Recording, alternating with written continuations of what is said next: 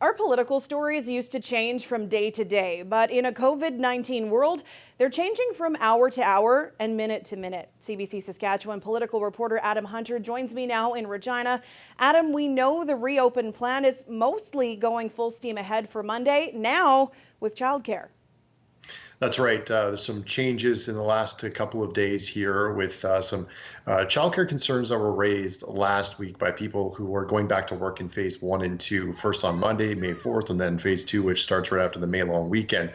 They're saying, how can I possibly go back to work if I don't have childcare? There's a limited number of spaces, and the spaces that were opened up right now were for essential service workers in schools, those licensed spots. And the government heard that response, and they've opened those spots up now for people that are going back to work in phase 1 and 2, but still some concerns from childcare workers over safety, from parents who say, maybe they can't find a space to send their children in this short span of time. So still that needs to be worked out, those details. But as you say, Sam, this is changing day to day and literally hour by hour.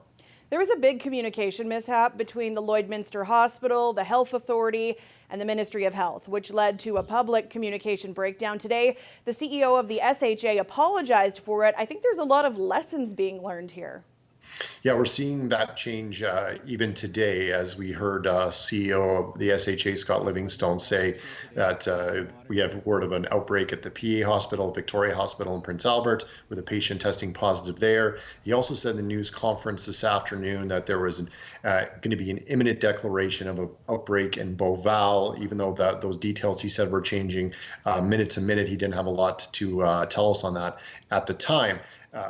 What's interesting is this is much different than what happened with Lloydminster, with the Health Authority, the Ministry of Health apparently knowing before the Premier did and the Mayor of the city. And Premier Moe kind of caught flat-footed earlier this week when he said that he didn't find out until Wednesday. That's the day that they announced it. As you mentioned, Scott Livingstone apologizing, saying they're learning lessons, they're working through this, and they're trying to figure out how they can get the information to people in a timely manner. The reason given for not explaining it at the time was not to upset or panic the public, but they say now that they will change that policy a little bit and tell people when they can.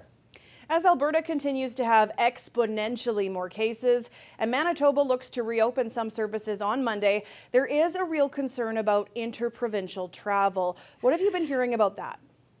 Well, I wrote a story for us yesterday on this, and it's not very uncommon right now in Canada to have checkpoints at borders. It sounds crazy thinking of where we were before COVID-19, but as you mentioned, Manitoba has checkpoints at the Saskatchewan border. 8 provinces and territories in all have some form of checkpoints. Some, like New Brunswick, send people back if they don't have a reason to be crossing the border. So in Saskatchewan right now, there's no plan. The Premier said there's no plan to have checkpoints right now. And the NDP is asking for checkpoints. They think that would be a wise decision.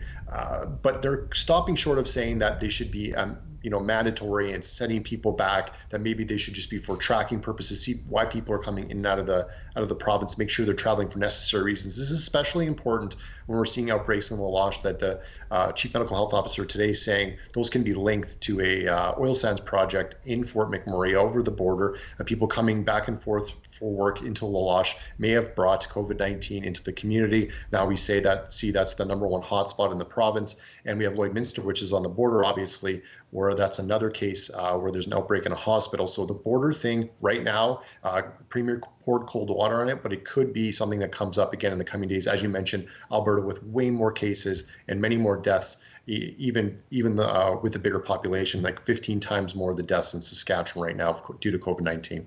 Adam, thanks so much for this. You're welcome. CBC Saskatchewan political reporter Adam Hunter in Regina tonight.